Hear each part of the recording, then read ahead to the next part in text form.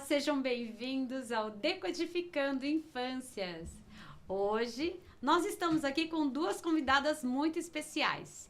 A Marlione, que é mãe atípica do Heitor, portador do TEA. Tudo bem, Marli? Tudo, Elisiane. E você, tá bem? Bem, também. Obrigada. Seja muito bem-vinda. Eu que agradeço. E a Cristina, muito querida, amiga também de longas datas aí, mãe atípica do Antônio, portador do transtorno do déficit de atenção e hiperatividade, conhecido como TDAH. Tudo bem, Cris? Tudo bem, graças a Deus. Que bom. Seja bem-vinda, meninas. Obrigada. Muito obrigada. Então, para a gente poder começar o nosso bate-papo, eu vou fazer uma primeira pergunta. Vou começar daqui, Cris. Como foi o momento que você percebeu lá atrás que seu filho precisava de ajuda ou que ele era diferente? O que que te moveu? Ai, foi quando ele entrou no Fundi, né, no primeiro. Tá. E sentada fazendo atividade da escola com ele me pediu para ajudar, eu mandava ele ler a pergunta, e aí ele lia palavra por palavra, e depois ele virou para mim e falou assim, agora você junta tudo para mim? Porque ele lia, mas não compreendia. E teve um outro episódio que era para preencher uma atividade contando de 10 em 10, 10, 20, 30. Aí chegou nos 10, qual é o próximo? 11. Eu, não, filho, a gente está na dezena. Aí eu peguei os palitos de sorvete, coloquei na mesa, fiz um monte de coisas. Ele foi para o 20. Aí quando foi do 20 para o 30, ele falou, o próximo é 21. Aí eu juntei tudo e falei, quem vai ensinar isso para você é sua professora. Mas ele ainda estava na primeira série. Tá. Aí eu percebi que tinha alguma coisa diferente. Eu troquei ele de escola, achei que a escola não estava sendo suficiente. Mas aí no segundo ano eu via que tinha alguma coisa errada. Não é possível que é tão dolorido aprender. Porque eu perdi as estribeiras. Tinha vezes que eu estava sem paciência, acabava gritando. Ele ficava pior ainda. E aí uma professora sugeriu fazer o PAC. Tá. Professora da segunda série, a Aline. E aí a gente fez o PAC e acusou, né? O déficit de atenção. E mais Uma alteração do processamento, né? Isso. E mais uma falha na audição, né? Acima de 4.000 Hz. E aí começou com as intervenções. Com fono. Tá. Até 2019, quando ele entrou no 5º ano, e a professora falou, não, ele não tem condição. Né? E aí eu encontrei ele. Ai, meu Deus, que delícia! E aí, assim, deu muito certo, muito, porque logo no segundo, no bimestre seguinte, ele já melhorou as notas, tudo. Mas o que piorou foi a adolescência. A gente vai falar sobre isso já. Segura aí. Mas foi lá no comecinho da escola. Legal. Agora, Marli, vou fazer a mesma pergunta para você. Quando que você percebeu que o Heitor, ele era diferente? Olha, Elis, o Heitor, desde pequenininho, assim, ele tinha algumas questões muito diferentes, né? Ele tinha manias de brincar de uma maneira só, pegar carrinhos e colocar, né, lado a lado, alinhar. Ele, para dormir, ele tinha dificuldades, né? Entra um pouco aí na questão que a Cris falou, que eu estava tão cansada, tão sobrecarregada em alguns momentos, que às vezes eu forçava ele ali dormir, né? Eu segurava ele para ele não sair, e aí ele chorava até que dormia. Só que essa percepção, ela veio na creche, com 1 ano e meio, 1 ano e 7 meses. Que eu coloquei ele, porque até então eu achava que era o quê? Que estava dentro de casa, que não tinha espaço para brincar e vivia muito preso, essas questões. E aí, acho que no segundo mês que estava na creche, e aí as professoras, né, me chamaram com a diretora para poder conversar, que tinha algo diferente, que ele não acompanhava a turma. Então, dali, ela sugeriu, falou, olha, é melhor você passar no pediatra e fazer um acompanhamento, pedir alguns exames, porque ele não acompanha, ele fica quietinho na sala, ele não interage, ele tem o raciocínio dele não acompanha a turma para a idade dele. Não é um ou outro, é praticamente todos. Então, e aí foi aí que começou esse processo da investigação, né? A escola me ajudou muito, a creche é ali próximo do Jardim Roberto. Então, assim, eles foi, assim, um dos principais... As pessoas que me auxiliaram ali no começo, que me deram apoio, nossa, assim, foi muito bom. E aí, então, aí começou a fase de exames, relatórios, tanto de casa, de comportamentos, né, da escola, dos médicos, e foi feito, assim, mais ou menos, uma investigação, mais ou menos um ano e pouquinho, né? E Foi morosa, né? foi. E até que aí uma neuro, né, ela começou, atendeu, e aí só que essa primeira neuro, ela saiu e entrou uma outra neuro. E aí, no momento em que eu levei os exames que foi solicitados, os relatórios e tudo, que a neuro, né, já fez, né, ela mexeu lá e olhou e analisou, e aí ela fechou o diagnóstico que ela é a TEA, que é o autismo, né? Esse diagnóstico, ele foi um alívio ou foi um choque? Olha, nossa, até me arrepio. Assim, eu confesso que no primeiro momento foi um choque. Tá. Porque até então, por incrível que pareça, até então, nesse momento, não tinha uma demanda muito grande de informações de pessoas com autismo, né? Não é igual hoje tem, que é uma questão muito abrangente, que já é muito mais falado. Não era tanto. A informação é mais aberta, né? Hoje é mais aberta. Então, ali, para mim, foi um choque e um medo, um receio. Como que eu vou lidar? Como que eu vou fazer? Como que eu vou me comportar? O que eu vou fazer com essa criança? Porque até então, eu só estava acostumada a lidar com os, como se diz, né? Com os catarrentos normal. As crianças típicas. Né? Eu cuidei, olhei muitos meus sobrinhos, então eu estava acostumada com ali. E, então, para mim, foi assim, um choque. E pro pai dele, acho que mais ainda. Tá, agora para Cris. Cris, no caso do Antônio, o diagnóstico ele levou um pouquinho mais de tempo para poder chegar até ser confirmado o TDAH, né? Uhum. Por diversas questões. O diagnóstico ele veio para você como um alívio, como um choque ou os dois? Um alívio. Que ótimo. Como Foi que um alívio, porque assim, eu via que ele tinha dificuldade, porque eu comparava a mim. Falei, eu não tive tanta dificuldade para ser alfabetizada.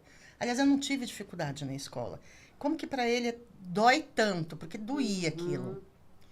Eu cheguei a comentar com a professora da segunda série. Eu gostaria que ele tivesse alguma coisa, porque pelo menos eu tratava.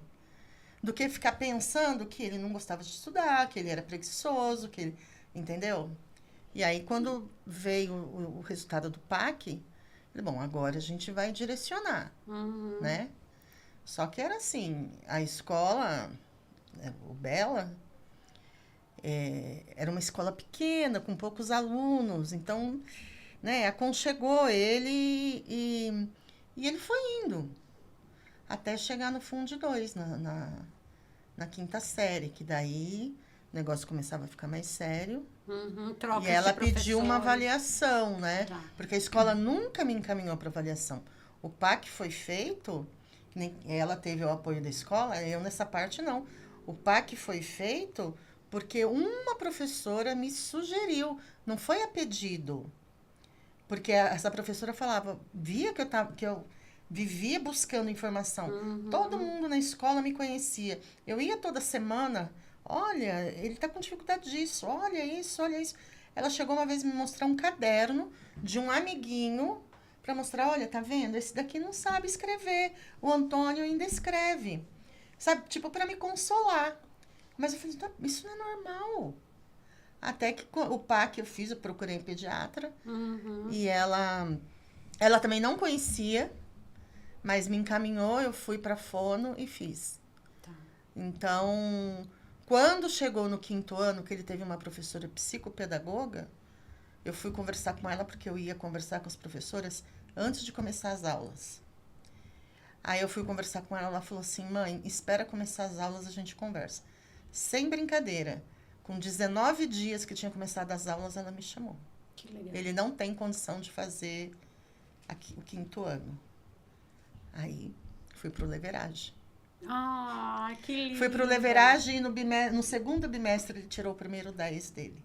Que máximo. Tá encaminhado, né? Que Tá máximo. encaminhado. Que máximo. Cris, quais foram as principais mudanças na sua rotina e na sua vida emocional? Eu falo no aspecto, assim, até mesmo por conta do período, porque você e a Marli são empresárias, né? Assim como eu também. Mas vocês vivem uma condição atípica. Ou seja, vocês são sugadas de uma maneira muito extraordinária, vou usar essa expressão, para poder dizer que é muito mais e eu não posso sequer mensurar ou imaginar, porque eu não tenho potencial para isso. Então, como que é administrar essa rotina, esse teu campo emocional? A gente está falando de você como mãe, como mulher, como empresária, nessa configuração materna. Olha que louco. Olha, um pouco difícil responder essa questão, porque a maternidade, para mim, sempre foi o meu maior desejo. Então, todo o resto se moldou à maternidade. E não a maternidade se encaixou no resto. Perfeito. Entendeu? Como eu trabalho por conta, eu consegui movimentar todos os meus horários, estar em todas as reuniões, estar no médico, ajudar na lição, né? Tive uma ajudante em casa por muitos anos, né? Que lavava, passava, cozinhava. Então, eu conseguia arrumar tudo isso. Uhum. Conforme ele foi criando independência, né? Volta da escola sozinho, já anda sozinho. Aí, eu comecei a me voltar um pouco mais para mim, né? Mas se você tirar o olho, eles escapam. Uhum. Não tem como. Acho que só com 30 anos. E aí, olha por outro lado, você tem que tirar o olho, né? Porque é aquela questão, entre aspas, de eu tiro o olho, mas eu sei onde você está e sei o que você está fazendo, né? Mas é no sentido de você olhar também para você como pessoa, como ser humano, né? A gente vai se permitindo, mas Sim. vai se permitindo enquanto que a gente está com o olho lá, outro cá. Sim, Né? é naquela literatura bem antiga, nem- um olho no peixe, outro no Hoje gato. eu não preciso mais sair do serviço mais cedo, que ele vai na terapia sozinho, vai na psicóloga sozinho, entendeu? Sim, Então, eu tenho essa brecha. Mas vida pessoal fica um pouco mais complicado, porque chega no final de semana, ele sempre quer sair, eu faço questão de levar e buscar. Quero saber onde ele está, com até para quem ter ele convívio, né? está, com Saber quem ele está. os envolvimentos, né? perfeito. Tenho o aplicativo no celular. Eu sei de onde está o celular dele, que está sempre junto com ele, que ele não larga. Então, eu sempre sei onde ele está, entendeu? Então, isso também me dá uma certa segurança. Perfeito. Então, não é assim, eu falo, posso sair, passar um fim de semana fora, não. Posso passar umas 3, 4 horas. A gente está falando de horas, né? né? De horas.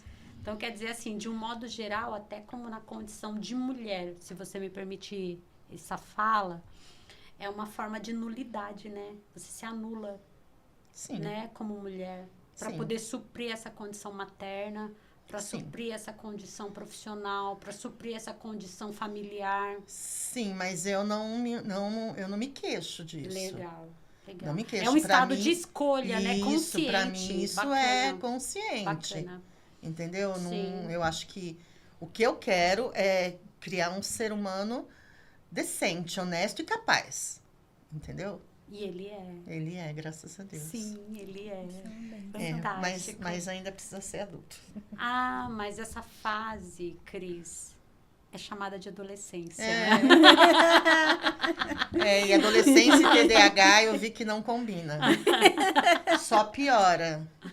Porque a cabeça do indivíduo fica mais cheia do que devia. É E o bem... TDAH não ajuda com Acelera, as questões acelera, adolescentes. porque assim, são muito mais, os pensamentos se tornam muito mais emergentes. Dramático. E por outro lado, intenso. exato, e por outro lado, os comportamentos não acompanham esse pensamento e Não. as ações não acompanham o comportamento. Pelo contrário, ele pensa muito, ele deseja muito, ele quer muito e fica estagnado, ele não toma uma atitude, ele não dá o start. Energia, né? Não dá o start. É isso mesmo, é típico do TDAH. Tá? Então, isso eu fui aprendendo mais recentemente, quando ele entrou na adolescência, porque até então eu achava que a terapia era o suficiente, agora eu percebi que não. Tanto que ele, né, passou no psiquiatra na segunda-feira e ontem ele já entrou no Ritalina, que eu sempre evitei, desde os 9 anos, o neuro sugeriu e eu sempre segurei. Agora com 16 não teve jeito. E pelo jeito vai ser pro resto da vida. Não, mas assim, existem fases, na verdade, e é possível o desmame do medicamento, às vezes por conta do processo terapêutico, como ele vai bem, né? Mas aí vai caber a reavaliações significativas em cima, tanto por parte da equipe da Liberage, como por parte da psicóloga dele, de maneira comumente casada com as evoluções escolares e também familiares, então é bem legal. Mas ocorre, já tive casos, tá? Que ocorre sim o desmame. Isso também não me preocupa, se tiver que ser, sim, sabe? Sim, até por mesmo décadas, porque, sim. O que ele precisa é conseguir manifestar. Tanto que ele, mesmo antes da Ritalina, ele tá tentando, ele voltou para o esporte, que ele fazia luta. Legal. Abandonou durante 1 ano, ele voltou, já fez 2 aulas. Então, você vê que ele também quer, porque eu fico cobrando. Sim. Né? Você não faz nada, não faz nada. Essa cobrança eu sei que estava fazendo mal para ele. Sim. E então agora a gente tem que falar um pouco mais suave. Marli, agora vamos lá para você. Como que foram as principais mudanças na sua rotina e na sua vida emocional no período que veio o diagnóstico? Porque a gente está falando da condição enquanto você é profissional, tá? Como que você fez? Como que foi tudo isso para você? Eles, assim, nesse primeiro momento, né, que foi dado o diagnóstico, eu fiquei bem instável emocionalmente. Pela questão, assim, mais do susto, de como eu iria fazer, né? Como eu iria cuidar dessa questão, como lidar com... Foi o luto, o luto. Não foi bem um luto. Tá. Foi mais uma questão, assim, de dúvidas. Como eu ia fazer? Incertezas, né? Porque até então estava acostumada a lidar com crianças de uma maneira que era, mediante as idades, era possível ter compreensão e entre outras coisas. E no caso dele, eu fiquei com muitas perguntas e insegura, muita. Então, assim, eu tive muita instabilidade emocional. Mas, assim, eu tive uma aceitação... vamos por assim, hoje eu levei um susto. Fiquei mais ou menos uns 2 dias, assim, meio aérea. Mas depois, essa aceitação, ela veio, porque, igual a Cris falou, eu também sempre tive muita vontade de ser mãe, né? Então, meu filho, nossa, é uma bênção na minha vida. Nossa, cada detalhe. Que tipo de apoio você recebeu dos seus familiares, dos profissionais, da sociedade, ou isso faltou? Teve apoio ou faltou? Faltou. Assim, no primeiro momento, todo mundo ficou, assim, meio passado, mas como assim? Muitos não entendiam, muitos não sabiam, né? Nem sabiam nem o que era. Então, nem eu tinha muita informação. Então, eu fui muito crua em tudo. Então, veio as pesquisas e algumas dos professores, quando eu levei, né? A própria médica me explicou algumas questões. Mas, assim, vou colocar aí assim, nos primeiros meses, foi difícil a gente passar a ter um olhar mais atento, né? Tanto a parte de nós, como pais, e também na parte dos avós, que era mais próximo dos tios. Não era muito porque ele, apesar de tudo, era ainda muito pequeno, né? Então, não tinha nem 2 anos ainda. Então, isso acabou que favorecendo para a gente lidar um pouco mais com essas questões, porque não tinha muitas mudanças. Mas, conforme foi crescendo, que veio a questão de comportamentos, né? Para muitos era birra, era mal educado, entre tantos outros denomes dados, né? Mas... Ai, desculpa. Tá tudo bem, amor. Mas para mim, era meu filho, sabe? Acima de tudo. É a desregulação emocional, né? Muito. Acima de tudo. E eu nunca coloquei o tema, né, TEA, o autismo, à frente, né? Eu sempre coloquei ele como criança. Perfeito. Primeiro lugar, criança. Depois, eu não chamo de doença em nada, eu chamo de limitações. Porque são limitações que eles nos trazem.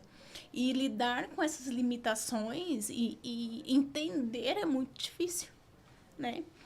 Para mim, a questão do trabalho entra um pouquinho na questão do mesmo da crise, porque eu sempre coloquei muito ele. Tanto que eu fiquei um ano, assim, em prol dele, mas eu sempre fiz alguma coisa. Nunca deixei de trabalhar, mesmo que fosse em casa. Então, adaptava essas outras questões nos horários que ele estava na creche, se eu precisava sair para resolver alguma coisa, para qualquer outra coisa, era no momento que ele não estava. E até hoje. Então, isso vem. A questão do olhar da sociedade, das pessoas, no começo me incomodava muito, né, os olhares, as críticas, mas depois eu fui me anulando sobre isso, porque eu precisava entender que a principal questão era dentro da casa, do apoio que eu poderia ter dentro de casa para que com aí, ele. no caso, você não tinha. Eu tive e tenho, que é a avó dele, uma das pessoas assim, que mais me apoiou, que mais me ajuda, foi ela. Nessa época, minhas irmãs... minhas irmãs ainda estavam aqui. Eu tinha mais 2 irmãs, então me ajudaram bastante também. O pai dele, né? E o avô.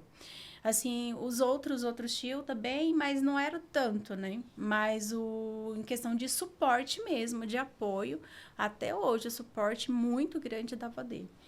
Da minha família, que não mora aqui, eu tive muito apoio emocional, né? Porque presencial não estava, porque estava longe, né? Eles são de onde? São de Minas Gerais, norte de Minas. Então, eu tive muito apoio emocional, né? Eles me apoiaram muito, sempre estava ali me apoiando. E quando eu ia para lá, né? E até hoje, fui muito bem recebida, meu filho. Eles trataram muito bem. Tiveram sempre muito cuidado com essa questão dele, porque eu cheguei, eu conversei, eu expliquei, né, a situação. Então, era um ou outro que tinha aquele olhar de, ai, é birra, ai, sabe? Essas coisinhas assim. Sim. Mas conforme foi indo, foi entendendo também e aprendendo a lidar com ele, né? Sim. E assim, não é fácil. Sim. Né? São questões assim que muitas das vezes eu me anulei. Muitas. Deixei de olhar para mim, né? Em prol de olhar para ele, de buscar para que ele hoje pudesse ter e crescer com essa desenvoltura para casa, né? Enfim, entre tantas outras questões que eu poderia estar inclusa, e por mais que parecesse que não, mas eu me anulava muitas vezes. Ao se anular, você também anulava ele no aspecto social? Não. Tá. Não. Então, explica para nós esta anulação materna. É anulação mulher? Mulher. Tá. Anulação mulher. Tá. Anulação de olhar, de me cuidar, de falar assim, eu vou ali, vou São sair, vou ali no shopping, eu vou comprar uma roupa, e eu vou ir num cinema, e eu vou deixar o meu filho com alguém. Hoje jantar, né? Vou jantar. Então, muitas vezes eu me anulei. Muitas e muitas vezes. E, assim, para falar bem a verdade, essa questão de não me anular muito, eu tenho pouco tempo que eu estou me permitindo a olhar mais para mim. De vários fatores. Perfeito. A Cris, eu vou fazer... É uma pergunta para vocês duas, meninas. Tá. Você, no aspecto pessoal, se anulou. A Cris também, no aspecto pessoal, também se anulou. No aspecto profissional, as rotinas foram adaptadas em função da maternidade, né? Sim. E como que ficaram as consultas e os trabalhos? Consultas médicas, pelo processo terapêutico deles, o suporte terapêutico para vocês. Como que foi isso? Como que é isso? Pode falar. Consultas médicas para ele nunca... E para você? Então, mas para ele nunca falhou. Era como, graças a Deus, apesar... Né, você sabe, o Antônio, ele é um prematuro extremo. Ele nasceu Sim. com 5 meses e meio, Sim. ficou 111 dias internado. Então, ele sempre precisou de cuidados. E como desde bebê a gente cuidava, ele não pegava nem gripe. Depois que ele tirou as amígdalas, nem gripe pegava, porque a gente estava sempre em cima. Consulta anual, vitamina, tudo direitinho. Agora, depois que ele nasceu, eu demorei quase 7 anos para voltar, por exemplo, para um ginecologista. Uau! Nem lembrava o que era isso. Consulta para mim, roupa. Eu me lembro de uma vez que eu fiz, ele já tinha acho que uns 3 anos, eu fiz um trabalho com imposto de renda, recebi, né, por Sim. isso. Aí fui pro shopping, porque ele sempre passeava, a gente levava ele para passear. Não é a gente que vai passear. Né? Aí eu vi uma bolsa e achei a bolsa bonita, entrei na loja, tudo, achei o preço salgado. Aí meu pai falou assim, você trabalhou um mês inteiro nesse trabalho extra, por que você não vai comprar a bolsa para você? Aí eu falei, é mesmo, né? Aí comprei. Porque assim, a gente só pensa neles. Sim. Não tem como. Não tem. A realidade muda completamente. Você não é mais sozinha.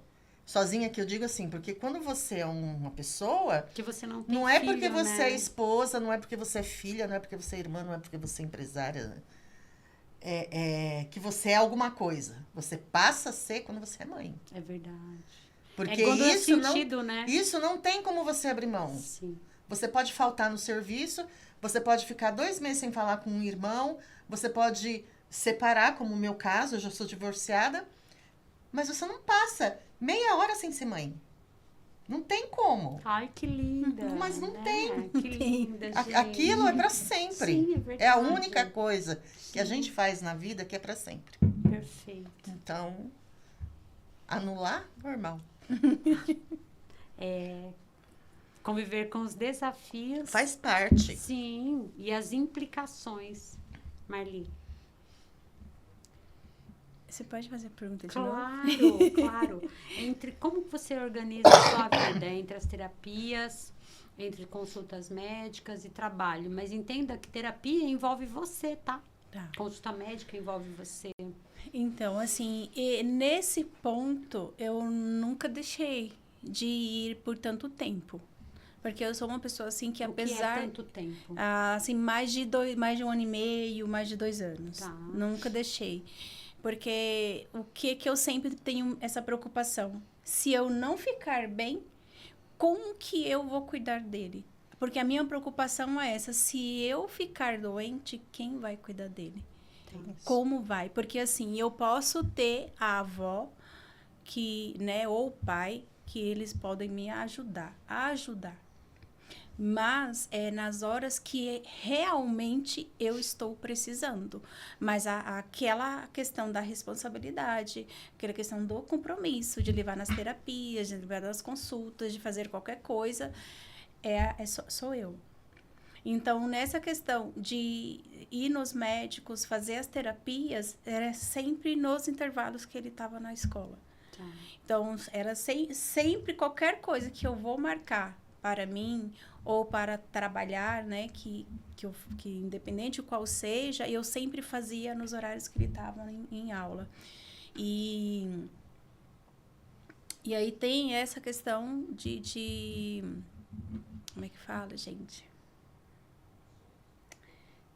Suporte. Do suporte, Rede né? de apoio, E a né? rede de apoio. Então, assim, eu não tenho uma rede de apoio grande. Não tenho. Não tenho. É uma vez ou outra que os outros, o avô dele, por exemplo, o meu irmão, ou a minha cunhada, que eu preciso, dependendo do que for, eles me ajudam. Perfeito. E aí, então, são nesses momentos que eu faço. E às vezes passo semanas sem, né, hoje, sem trabalhar, por causa de alguns motivos. Porque às vezes o intervalo que tem para fazer é pouco. Então, até nessa questão do financeiro pesa, porque, assim, hoje em dia, o meu trabalho, né, na parte de massoterapia e acupuntura, então, já é um trabalho que não tem uma demanda muito grande, mesmo pelo fato de até você abranger e ter um conhecimento para você ter uma demanda grande de cartela de clientes, demora. E não é uma coisa que às vezes as pessoas vai o mês inteiro ou o ano inteiro. Não.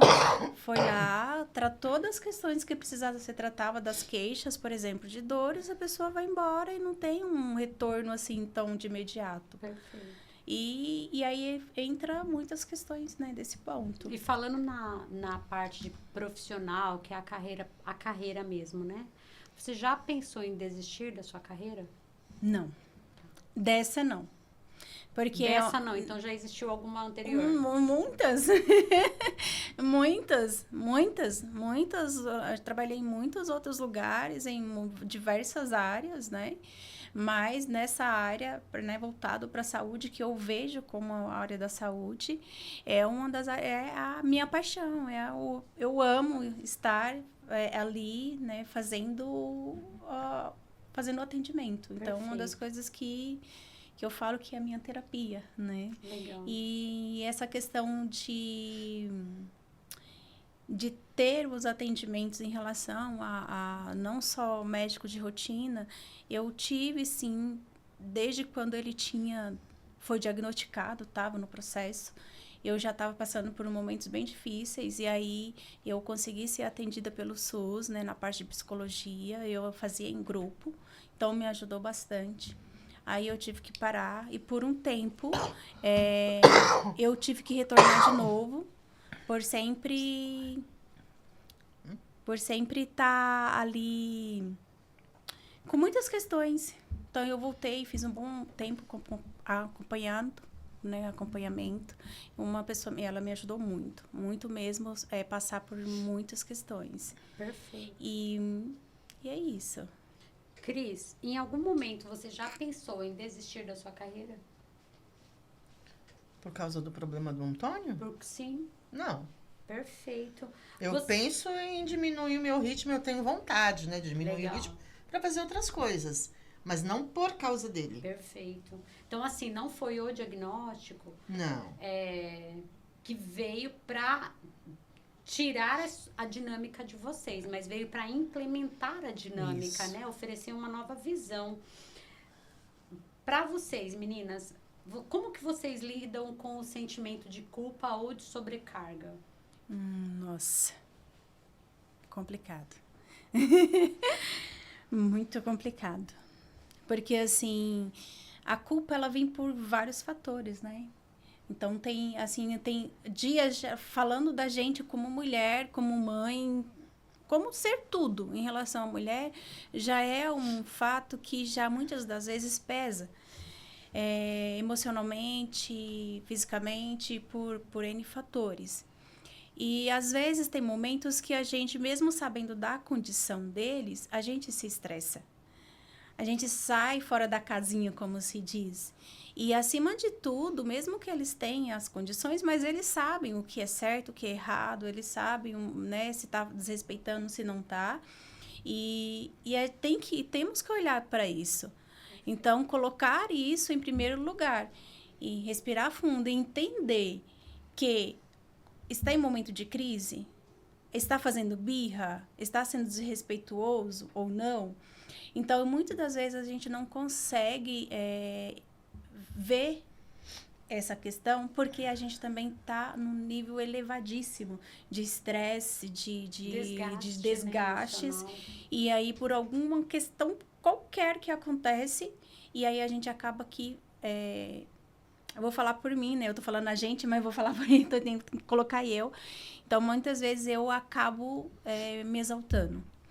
não batendo. Pouquíssimas vezes eu bati no meu filho, mas assim, bater em questão de fazer uma correção pouca, né? Uma palmada Então, aqui. você traz mais pra conversa, Pra né? conversa, Cris, isso se aplica né? a você também? Pra conversa. De trazer mais pra conversa, na questão do Eu acho que convívio, até hoje da eu boa dei 2 relação. tapas nele e pedi desculpas depois. Ai, meu Deus. Porque eu me senti mal por isso. Geralmente a mãe, quando ela bate, ela sente muito por essa dor, né? Mesmo porque a mãe é quem gestaciona, carrega o peso, sente todas as questões emocionais, a flor da pele. E aí, justamente por conta disso, quando ela faz uma correção, ela, em tese, está se punindo internamente. Então, isso é muito comum. Eu já Agora, joguei a apostila longe, já quebrei um lápis na cara dele, mas não toquei nele. Mas, assim, eu falo assim, né? E eu falo alto. Ou às vezes eu grito mesmo, assim. Não tem por que não falar, né? Mas porque é um modo de, como às vezes, você ainda. disse, precisa avaliar se está sendo desrespeitoso. O TDAH não tem isso, não. Então. Ele é desrespeitoso. Ele não entende que ele está faltando com respeito. Então. Ele acha que tudo está certo. Tudo tá Normal, tá certo. saindo da cabeça dele. E é o que tá certo. E às vezes, assim, lidar especificamente o Heitor, ele sempre foi uma criança assim que ele é muito, eu falo assim, que ele é muito entendido das coisas. Mas quando ele está no processo de entrar em crise, especificamente, ele não consegue analisar e fazer essa dimensão do que ele está fazendo. Se é certo, se é errado. Independente se é adulto, se é criança ou mas não, sabe não uma coisa ainda. que é bem bacana, meninas, que vocês trazem de uma maneira muito rica no aspecto? É que nós, típicas, vou colocar dessa forma, Sim, tá? sim. Típicas como seres humanos, Sim. e não na condição de mães, tá? Tá. Nós, quando menores, que já fomos crianças e adolescentes, Sim. nós também desregulávamos sem saber e sem entender consequências, sem entender os motivos, sem Sim. entender a situação. E muitas vezes a gente criava um cenário na nossa percepção que era um cenário verídico, né? E Sim, a gente sim. acreditava naquele fato mesmo que ele não fosse real. Mesmo que não E aí fosse. se justificando muitas vezes pelas nossas más posturas. Vou colocar desse verdade. jeito. Então, assim, imagina nós, como seres humanas típicas, onde vivíamos numa condição tecnológica extremamente baixa, com baixo incentivo e estímulos Sim. tecnológicos, nesse contexto que eu me refiro, e hoje com esse excesso de estímulos que eles possuem. É né? muito Então, grande, né? Sim. Eu falo Aí- aqui ainda. Desculpa. Não, pode falar. Eu falo que, assim, o Heitor, ele teve um avanço muito grande em questão de comportamento, que uma das maiores preocupações que eu tinha e receios era a questão do comportamento. E a leveragem trouxe muito essa questão de diminuir, de cuidar e de ajudar nesse processo. Então, ele teve ele melhorou. Eu não estou encontrando palavras, mas é isso. Ele melhorou muito. Ele passou a Muito, muito, muito. Gente, ó, isso aqui não foi combinado não, tá? Por favor. Mas é só pra dizer que a gente faz tudo com muito amor e a gente respeita a individualidade e a pessoalidade de cada serzinho. Então, só pra gente começar a encerrar o nosso bate-papo, vou fazer uma pergunta pra Cris agora, porque a Marli gosta de falar. Eu sei bem gostosa, a Cris também, né, Cris? E a Elisiane nem um pouco, imagina. Imagina. Tem algo que você gostaria que as pessoas soubessem para entender melhor a condição de mãe atípica, mãe empresária? Você fala assim, poxa vida, será que as pessoas não entendem que eu também sou mãe, eu trabalho fora? Eli, é para ser sincera, Claro. tô pouco me lixando para as pessoas. Ai, que lindo! Gente, isso se chama individualidade, se chama maturidade emocional. É entender que eu faço o meu universo. Ai, Na que verdade, linda. assim, eu não tive o apoio adequado do pai dele. Minha família, eles sabem da condição do Antônio. Talvez eles não saibam com tantos detalhes, porque nunca parou para perguntar. Mas, assim, olha, eu preciso sair para levar o Antônio. Tá, tudo bem. Né? Meu pai me ajuda muito em casa, meu pai mora comigo, me ajuda muito. Mas, assim, tudo que veio até aqui não foi por causa que pessoas estenderam mão. A avó postiça dele me ajudou muito na primeira infância dele, muito. Sou grata eternamente. Por muitas pessoas. Mas não foi por causa disso, foi porque eu abri mão, eu fui. Então, pouco me importa se eles entendem, não entendem. Eu sou mãe do Antônio e ele tem TDAH. Pronto. Maili, quer contribuir? Nossa, uma fala linda, né? Perfeita. Assim, são palavras muito bem colocadas, porque eu falo que, assim, antes de eles ter qualquer condições atípicas, qualquer limitações, eles são crianças, né? E nós somos mães. Perfeito. Como qualquer outra mãe, que as crianças, entre aspas, normais, também têm as suas dificuldades. Perfeito. Porque quando a gente fala nesse sentido, não fecha uma caixa ou me coloca numa redoma, o meu filho tem essas questões. E olhar só para isso. Exato. Né? Eu falo que, assim, eu costumo abrir um leque e, na verdade, eu costumo abrir, assim, a questão de expandir a minha visão.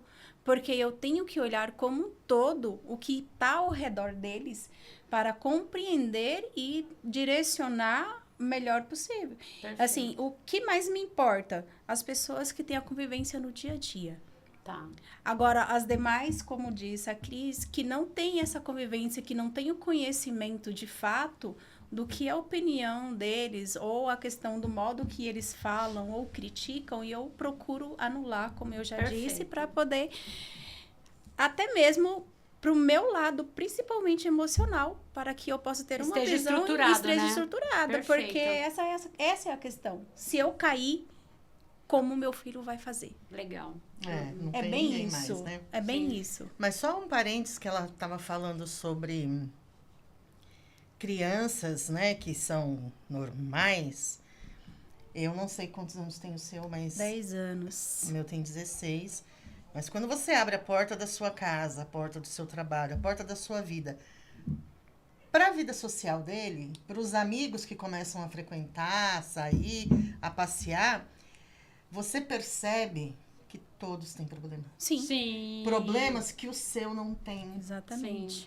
Problemas, assim, sabe, de relacionamentos familiares, sociais, que o seu não tem, porque você dá a estrutura. Exatamente. Então, não tem muita diferença. Por incrível que pareça, eu não vou falar muito, mas por incrível que pareça, esses dias eu estava pensando nisso. Porque mesmo que meus sobrinhos não estejam tão perto, mas eu estou sempre presente com outras crianças normais, e eu sempre... Típicas, né? E estou sempre também com outras mães atípicas também. E eu vejo muito essa questão da desregulação, porque entra a questão de um olhar dos pais em si, das pessoas que estão ali cuidando para essas crianças. O que estão acontecendo com essas crianças? Na escola, dentro de casa, eles não, infelizmente, fecharam essa visão, que é só uma criança, que a criança não tem problemas, eles não têm outras questões de desgastes emocionais. Não tem transtorno nenhum, então... E aí esquece de ter esse olhar mais atento para que, né, o que está acontecendo. Aí vem a questão das escolas, de muitas ansiedade, de muita, entre vai outros. Aumentando, né? Esses transtornos trazendo mais aí elementos de comorbidade, né? E piora na adolescência. Sim, nossa. Na adolescência piora muito mais. E aí, a gente vai encerrando o nosso bate-papo, agradecendo a presença carinhosa aqui, ó, da Cris. A gente avisou que ia falar bastante. Da Marli. Né? Ai, eu amei. Eu tenho certeza que quem tá lá do outro lado também amou essas contribuições riquíssimas. Portanto, o nosso encerramento, ele se dá a partir da empatia. É olhar para o outro respeitando a limitação e não rotulando. Então, fica aqui a nossa gratidão para essas mães guerreiras, exemplos e inspiração. Obrigada. Gratidão. Pela parceria e até o próximo episódio. Tchau, tchau. Tchau, tchau.